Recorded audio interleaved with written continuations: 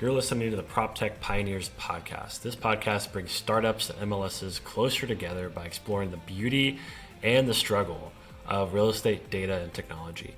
I believe real estate is on the cusp of a major transformation driven by better access to data, a new crop of pragmatic founders, and pent-up frustration with the status quo. These are conversations with those pioneers that are leading that transformation within the MLS landscape. I'm your host, Evan Knowles. I'm an entrepreneur building a fintech company called Simba that helps realtors manage their financial health using MLS data. And I wish I had access to these conversations earlier in my journey. So I thought I'd help future entrepreneurs and MLS executives learn from each other in a more open and accessible fashion. I hope you enjoy. Now let's jump into it.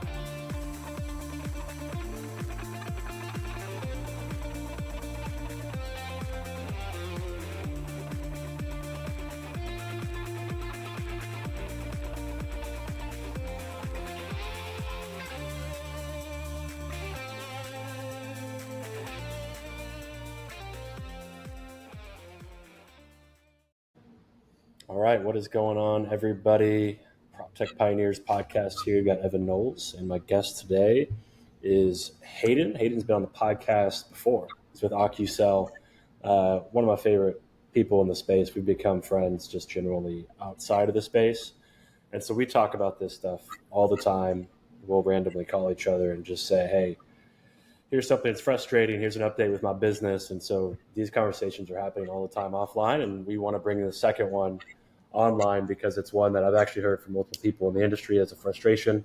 We're going to talk about MLS vendors and the tech stacks of MLSs and how that affects the other vendors outside of the core MLS vendors. Those other vendors, whether it's OcuCell, whether it's Simba, Zenlist, many of the other vendors in the space have to work with the core MLS vendors that MLSs are working with to interface with their members. So there's some frustration around that and how much power and kind of influence and leverage they have over the industry. And so we're going to talk about that.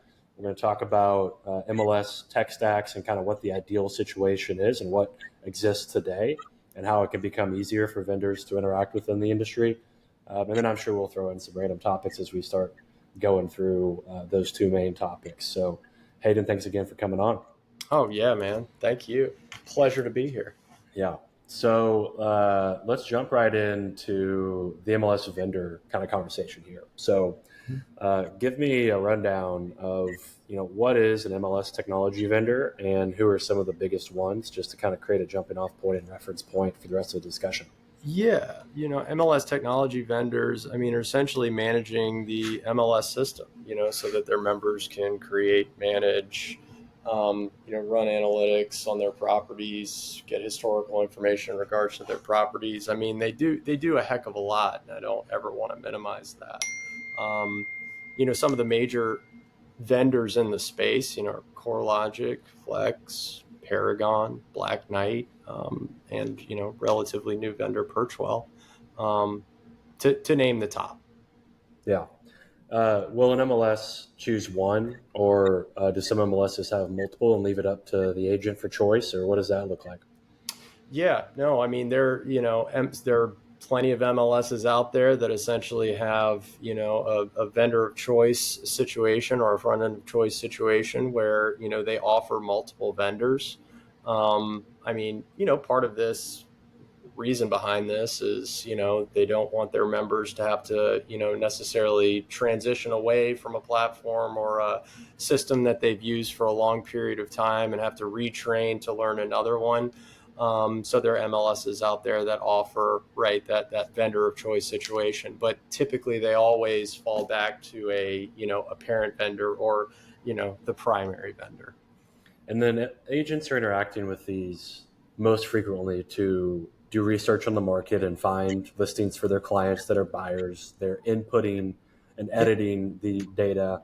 What are some other core ways that agents might be using these platforms? Like you said, it just, there's an enormous amount of intel, right, that they can glean from, leveraging a system like this to any of the integrations, that the vendors may have. From, showing integrations or things of that nature. So, they're plenty of sort of ancillary, features and functionality, depending on the market that these members or subscribers leverage. Yeah. And when I was doing research when I first got into this industry about 2 years ago, my research was around agents and brokerages and agent behavior. And then once I got into the MLS landscape, I started studying, the MLS network, the dynamics of it, the data layer, tech stacks, and then these vendors. It looks like a lot of the MLS technology vendors are rather old, companies. Have been around for a long time. The newest one that seems to be getting people excited is Perchwell. Talk about, just the how long have these companies been around? Are there new players? Are there new entrants? What's the innovation look like here on that front? Yeah, I mean, most of the top vendors have been around for 20 plus years.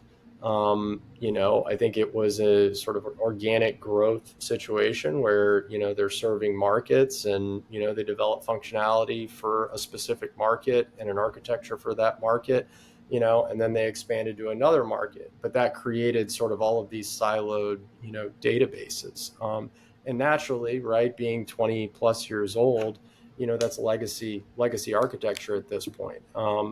And I think there are some that are certainly looking towards innovation and maybe changing their ways a bit, and there are others that just aren't. Yeah. I mean, if the company's been around for 20 plus years within an industry and you don't see others pop up, an example is, let's say, the CRM industry. Salesforce overtook Siebel Systems, which was an Oracle company, and then after Salesforce, there's been just numerous. You can't count how many CRMs have popped up because there's a healthy ecosystem and marketplace around that innovative part of the tech stack of a business. Now, Great. When you contrast that with this industry, and you say, okay, these MLS vendors have been around for 20 years, but since then there's only been, a handful, if not just on a single hand, you can count how many companies have come in and have created excitement around being a new MLS vendor. Again, Perchwell comes to mind. Mm-hmm. That points to two things. And I think you briefly mentioned one, which is the way the industry has naturally evolved has created a situation where there's extreme stickiness for these vendors as they move from market to market, and these markets kind of moved into the age of the internet from where they were. That's the first one. The other piece is they have an unhealthy amount of leverage and stickiness. And so it goes both ways. It's naturally how the industry has evolved, but also one thing we'll talk about as we get further along in this episode is the incentives within the industry are just not there for innovation. Right. And the MLSs are making this very clear because the MLS vendor landscape just hasn't evolved as much as it should. And so those are two things that stood out to me when I started studying the vendor landscape is, it's natural evolution, but the other one is, they probably have some leverage that's not healthy for the ecosystem. So give your perspective on, what kind of leverage do these MLS vendors have, and is some of that unhealthy? Yeah, I mean, they have a lot. And when I say a lot, I mean, sometimes they determine, whether a deal survives or it's killed. A deal, what kind of deal? What do you mean by deal? Well, I mean, for us, right, an MLS integration, right? So, we're pitching the MLS, we're going through the process, they agree, like, yes, this would be great to give to our members, it would be valuable. And then they have the conversation with their vendor, this is what we want to do, and the vendor says, nope, we're not going to do that right now. Yeah. And they don't want to rock the boat. I mean, this is their business, right? This is where everything is done. It's a so tough. Why do the MLS technology vendors have that kind of say? Why is it because the local MLSs don't have the technical expertise, and so they outsource too much of their autonomy to these MLS vendors, and then the MLS vendors end up taking advantage of that and saying yay or nay to deals, and that's where this unhealthiness kind of comes in. So let's dig into that. Is that what's going on? Yeah, Absolutely. I mean, just simply put, that is exactly what's going on. And I mean, we've developed great relationships with some vendors, like CoreLogic, and others have Taking advantage. destroyed Yeah. deals that we've tried to get, and the MLS is approved. So it's all we want to work with them in the best means possible.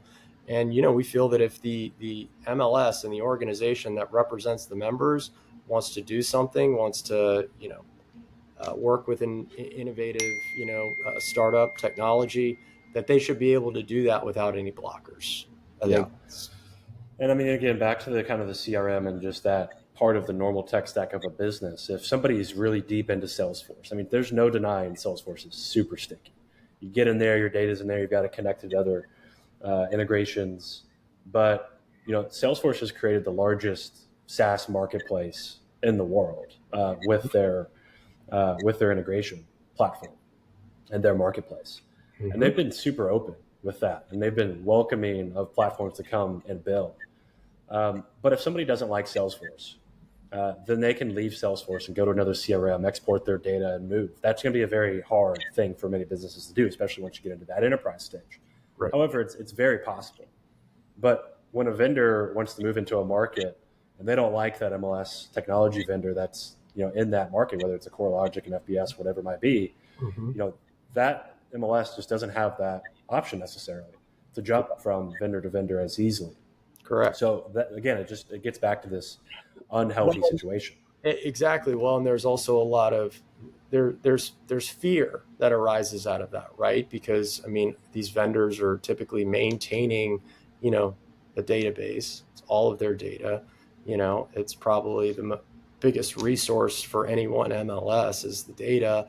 As well as things like their business rules. And hey, if a vendor doesn't like the fact that they're being replaced, they don't necessarily have to transition all of that information, all of those rules over to the next vendor. So, even the vendors may not play very well with each other, and that just puts MLSs in a really compromising position.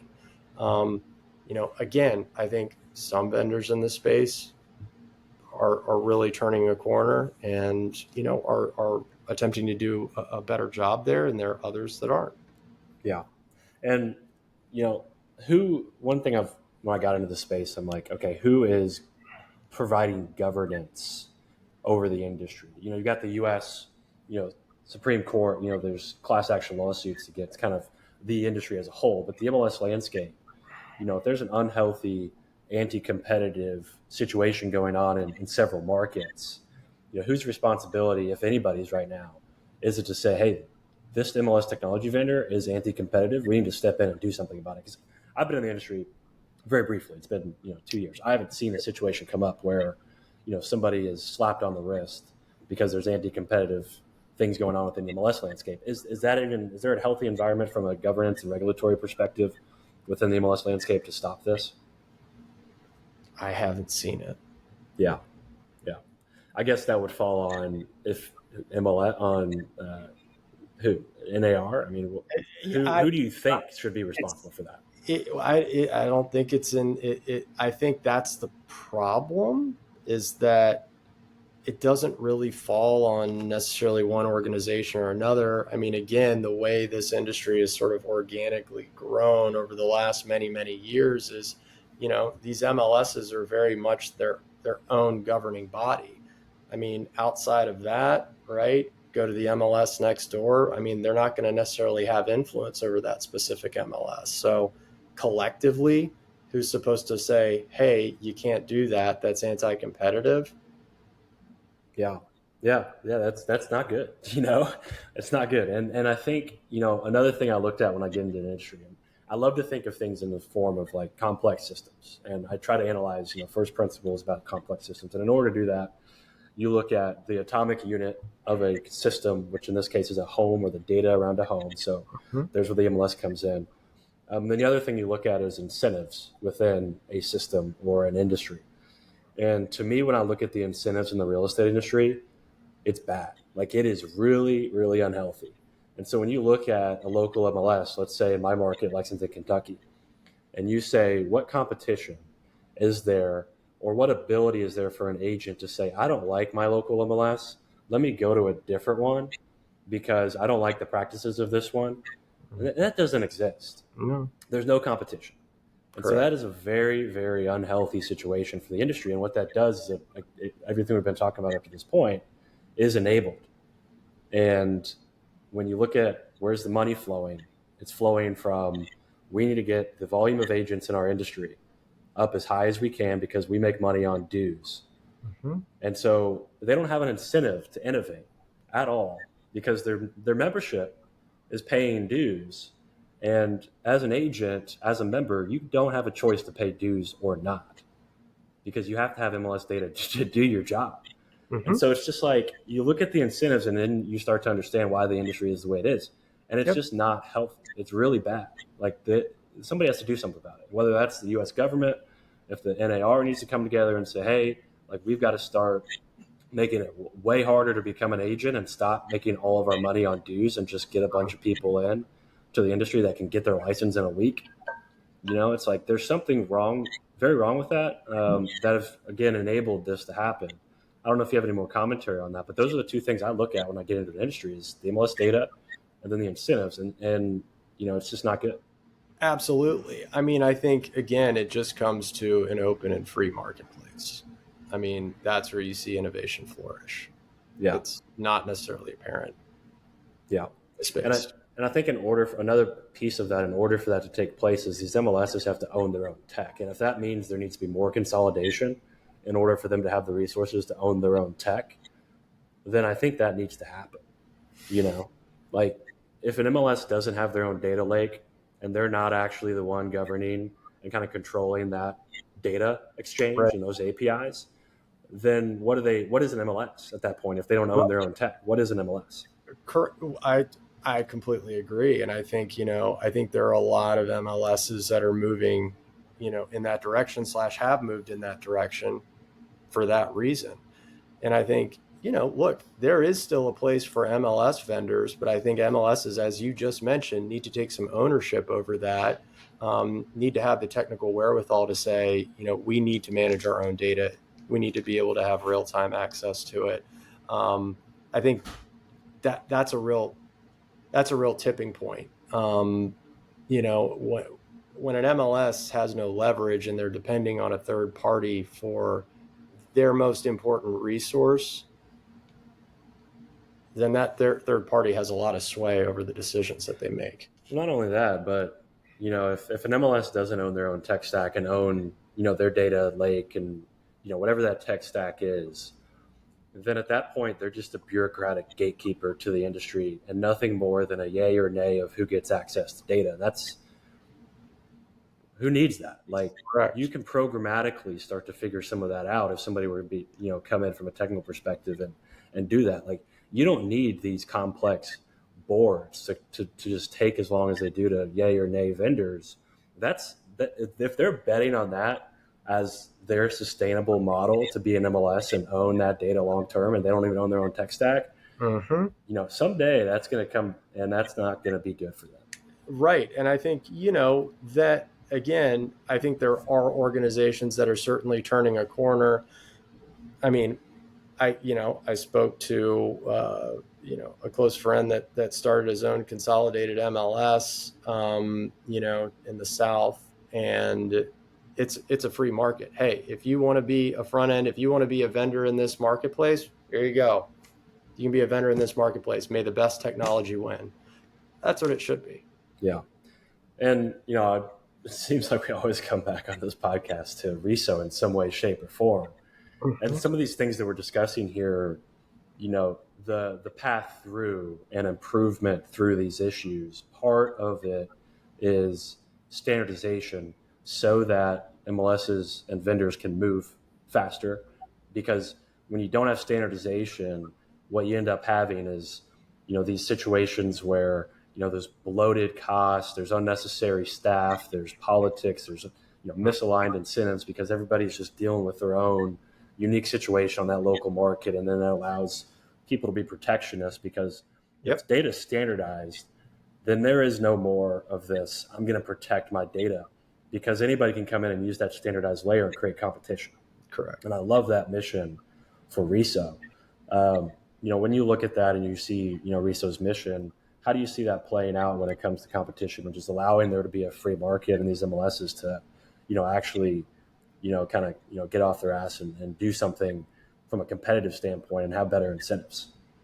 I mean, look, it's huge. I think, what RISO's initiatives are, they're massive undertakings, right? Because, you have, all of these unique data schemas scattered across 519 some odd, MLSs across the country. So, obviously slowly there's been some great adoption in terms of data dictionary and establishing a RISO footprint. But, there are other layers to this, business rule layers that are a lot more complex. That side needs to be standardized. But a standardization of the data lends itself to a free market. Yeah, Period. And that's where absolutely. we want to be.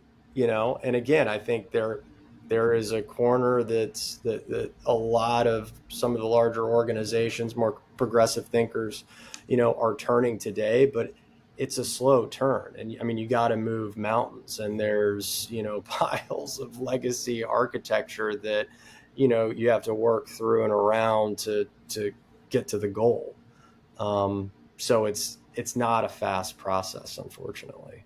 And back to consolidation, the only way I see, one of the only ways I see the industry improving is just, a massive amount of more consolidation. You've got to have, more competition, and part of that's going to come from consolidation.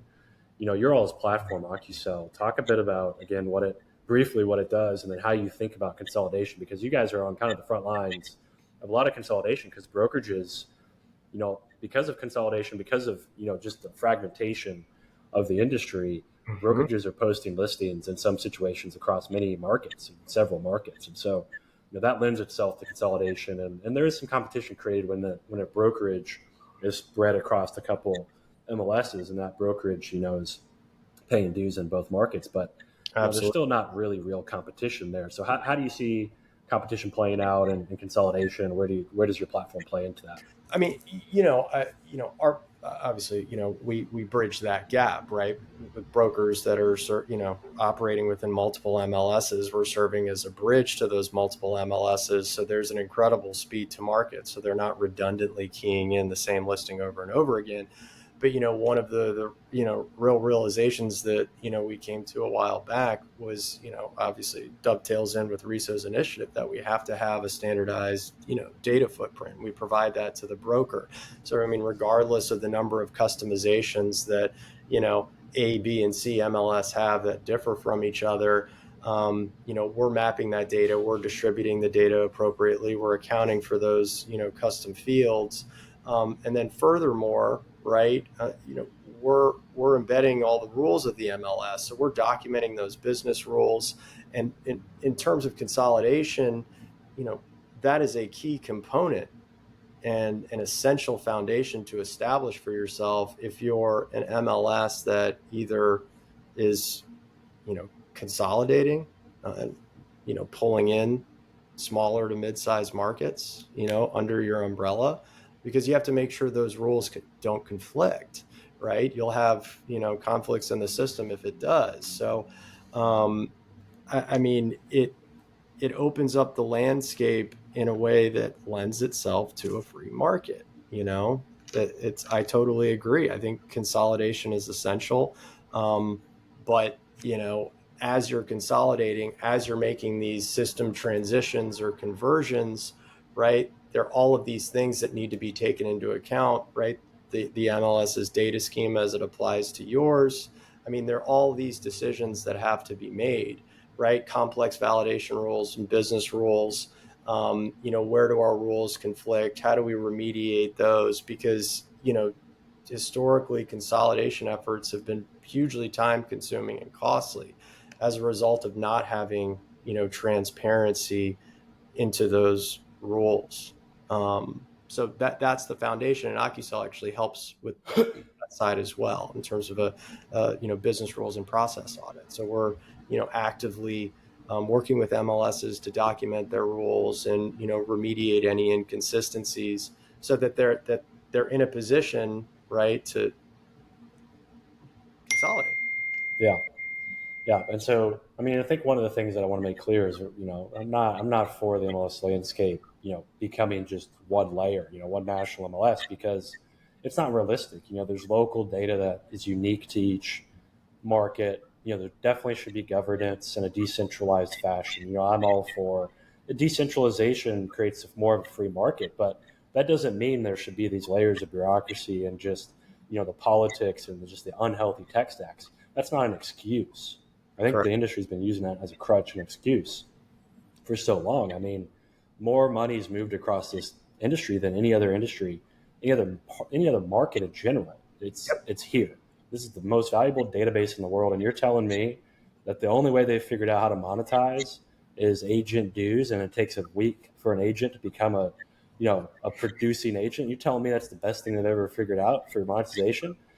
It's not an excuse. And so I think we've got to figure out, how to create the ability for these MLSs to govern and be unique on a local level, but come up and be more competitive and allow a vendor to move across the U.S. quickly. And again, it comes back to RESO, but it also comes back to incentives and the way they're monetizing.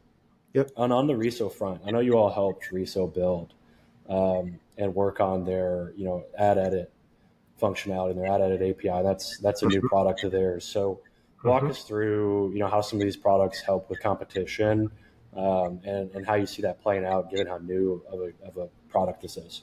Yeah, I mean, look, there has to be adoption, right? So, one of the things, and I can only talk about, our perspective. I mean, yes, we took the spec, we built out the RESO, web ad edit API, and we're working with MLSs to help them transition over to that API. So that it breaks down the barriers to innovation, right? So that vendors, there can be some repeatability in terms of, okay, when I move to this next market, right, I'm not dealing with, one of 519, unique APIs, right? Or there's just lack of an API in general and there's no real ability to integrate, right? I mean, that's also prevalent, in many markets across the US. That's an area you can't touch, more or less. Um, and that really shouldn't be the case, right? I mean, there shouldn't be areas of the country that, are completely off limits to you and impenetrable. Um, so that's our goal in terms of opening up markets to not only ourselves, but to vendors of the future. Yeah, yeah, and this idea of modular pieces of an MLS is coming up more and more frequently. Give an insight on your perspective on what it means to have a modular situation. Well, I mean, yeah, I mean, it's essential for an MLS to have modularity and interoperability. I mean, until very recently, I mean, that really wasn't the case, all across the country. Um, you know, I think more and more, what was the question again? Sorry. The importance of modularity and your perspective on how that needs to evolve going forward. I mean, I think they're taking the proper steps. I mean, again, the MLS's ability to be modular lends itself to the technology that they're using. So I Yeah, mean, yeah, it all it all goes back, to the vendor and their willingness to work on whatever it is that the MLS wants to do. I mean, I know MLSs specifically that have walked away from certain vendors, to work with others that would allow them to be more modular. Um, so, I mean, again, it is directly tied to the technology that they have to leverage. yeah, yeah. So we went full circle there. That was a great kind of full circle back to the technology and Yeah. the MLS vendors, technology vendors, and kind of that unhealthy leverage there. And we just before that touched a bit on the monetization of these local MLSs, and there's some exciting things. I am seeing some new monetization models, and they do share and monetize their data with third party data aggregators. But again, if most of their revenues again coming from agent dues, that's a problem, and that's going to change. That's putting them at risk. We are both vendors, and we're going through markets. We're hearing them say we expect there to be a major drop off Yep. of agents in this market because of low volumes of transactions happening, and Hmm. that's a risk for them. Oh yeah. And we're seeing that, and that's going to slow down innovation over the next several years. So they've just got to figure out a healthier way to monetize, given how they're sitting on this data, and if they're relying so much on agents, humans, to monetize, that's not what the future is. The future is going to be, I'm a technology that could or could not be in this industry, Hmm. but I need access to this piece of MLS data. Let me make an API call because I just need that one little piece of data, and I'll pay a microtransaction for that. There you go. They've just got to figure out how to do stuff like that going forward and de-risk themselves, and again create a market. And that just comes back to these APIs and these tech stacks. And if that doesn't exist, they're just at massive risk. And if they don't want to consolidate, they're going to have to, because they're going to have to figure out ways to keep supporting their members and get revenue. And so I Exactly. would assume over the next several months and a couple of years, as interest rates are high and the number of agents are dropping, consolidation is probably going to pick up a bit over the next several Oh, months. Are you seeing that? Do you predict that? absolutely. Absolutely. I mean, it's happening right now. It'll continue to happen. I mean, we're absolutely in the age of consolidation. There's no question about it. Yeah. And again, kind of mentioned this earlier, but that is certainly a part of our strategy. And it was more happenstance than anything. It's not like we built this for an MLS's consolidation effort or their desire to consolidate, but we fit into that strategy really well. In terms of MLS is classically, like I said before, hey, we're bringing on this new MLS. They have vendor X, we have vendor Y. You know, Either one of those vendors is going to have to move, or maybe they maybe overhaul it completely, like our friend in the South. Um, and say, you know what, we're just going to manage our own database. We have an API, all vendors welcome. Here's a marketplace. There you go. But point being, there has to be an entry point. OcuCell is an entry point for that. So it's a layer that can sit on top while you're doing a system transition or conversion, right? And it allows your members, it allows them not to experience that significant disruption that typically comes with consolidation. I think it's super interesting. And again, the way that we're approaching this is was not planned, but it works out really well. Yeah. I need to get Amy from RE Distribute on the podcast to talk about what they're doing. They're growing super fast, and exciting to see Yeah, Amy's somebody awesome. come in and do what I mentioned. Is let's do some rev share and data share and just make it a lot easier. And, that's exciting. Well, and Well, on the data share side too. I mean, I think that it it gets a little squirrely. Like the facilitating the flow of data is not really happening right now. I mean, data can't flow necessarily freely between one vendor to another. I mean, they're putting, here's a table, come grab it and import it, synchronize, figure out how do we get this into our database, right? That's not facilitating the flow of data, yeah, right? And I think initiatives, you know, at RESO are certainly aimed at facilitating the flow of data, which I think is absolutely essential. yeah. And the last topic I want to discuss is a side effect of this that I don't think MLS execs think enough about, which is the funding environment for technology in this space and vendors that want to enter their markets, and what this kind of bureaucracy, very unhealthy incentives, and poor tech stacks creates for us. And it's really unfortunate because we're trying to come in and really build great technology for agents, for the MLSs, and really innovate and create more competition. But it's not an industry that supports innovation in the sense that a venture capital firm can support us long term. And that's why private equity is so active in this industry. Is the way it plays out is somebody has an awesome idea, they're super excited, they might take it to market without knowing the MLS landscape is the way it is. But then they get in there and they realize that, oh, this is going to be 2 years before I get meaningful traction. And Yeah. they've raised, let's say, a round of venture capital, and they've got 18 months of runway to figure it out till they get to that next round. And we can't move because of these things we've been talking about. And Mm-hmm. then we get into a situation where MLSs have created these barriers, and the MLS network has made it so hard on us that that next round of funding, VCs and funders look at us and they say, where's the progress? Why is this taking so long? And we try to explain it to them, and they don't have time to listen to that. They don't care. They need to deploy capital, and they need whoever they deploy capital to also deploy that capital as fast as possible and build progress. And Yep. so what this is all creating is a side effect of we can't build because we don't have access to data. We can't move quickly, but also just as important, we don't have access to traditional innovation style capital in the form of venture capital. And so what ends up happening is that company that I just described gets about 2 years in, Mm-hmm. and they no longer have the runway to continue to figure things out and build their relationships on a market to market level.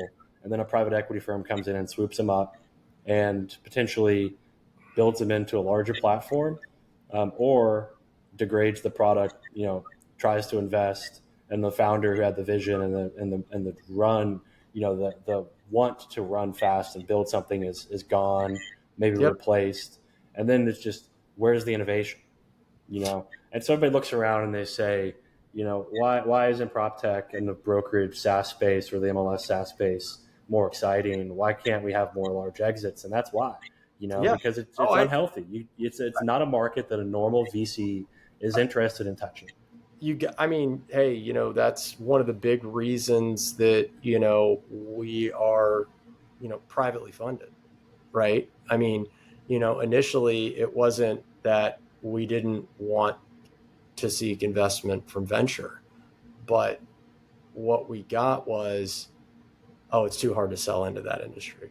That was pretty much a blanket response from many, many, many, venture groups that knew the prop tech category, knew residential, had potentially made an investment or two or three in the residential space before, and that was a response that we got, not once, not twice, not three times, but many times. So yeah, we've seen Yeah. it. And, at this point, we're privately funded. We have a great group of investors, mostly, out of Chicago. And that's the only reason we're able to stay afloat, is because they believe in what we're doing.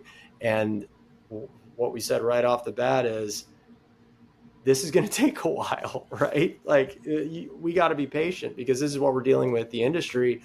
And, they've been kind of looking over my shoulder and seeing everything that, all the obstacles that we've dealt with. And that's not to say it's not doable, but it makes it so much harder than it needs to be. And 99.9% of entrepreneurs are just going to say, fuck it.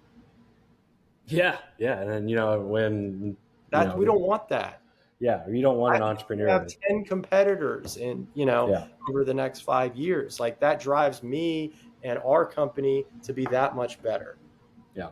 Yeah. You don't want an industry where, a founder comes in, everybody's excited about the founder, and, all these natural things get in the way. And then the founder's like, I'm out. I can't deal with this industry anymore.